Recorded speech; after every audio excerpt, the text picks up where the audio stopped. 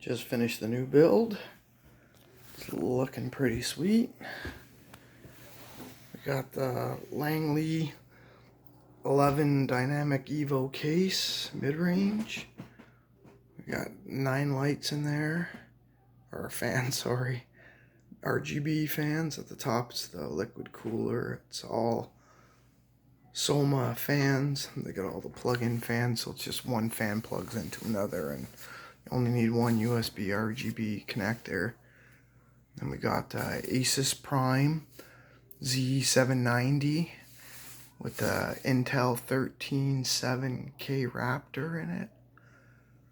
We got 2 sticks of T-Force DDR5, 32 gigs times 2. And we got the Zodiac 4070 Ti OC version, because everything's overclocked with XMP these days. So we got Western Digital 2 terabyte black SSD there, or MV2. We got a new 2K 240Hz display, bent. Beautiful monitor.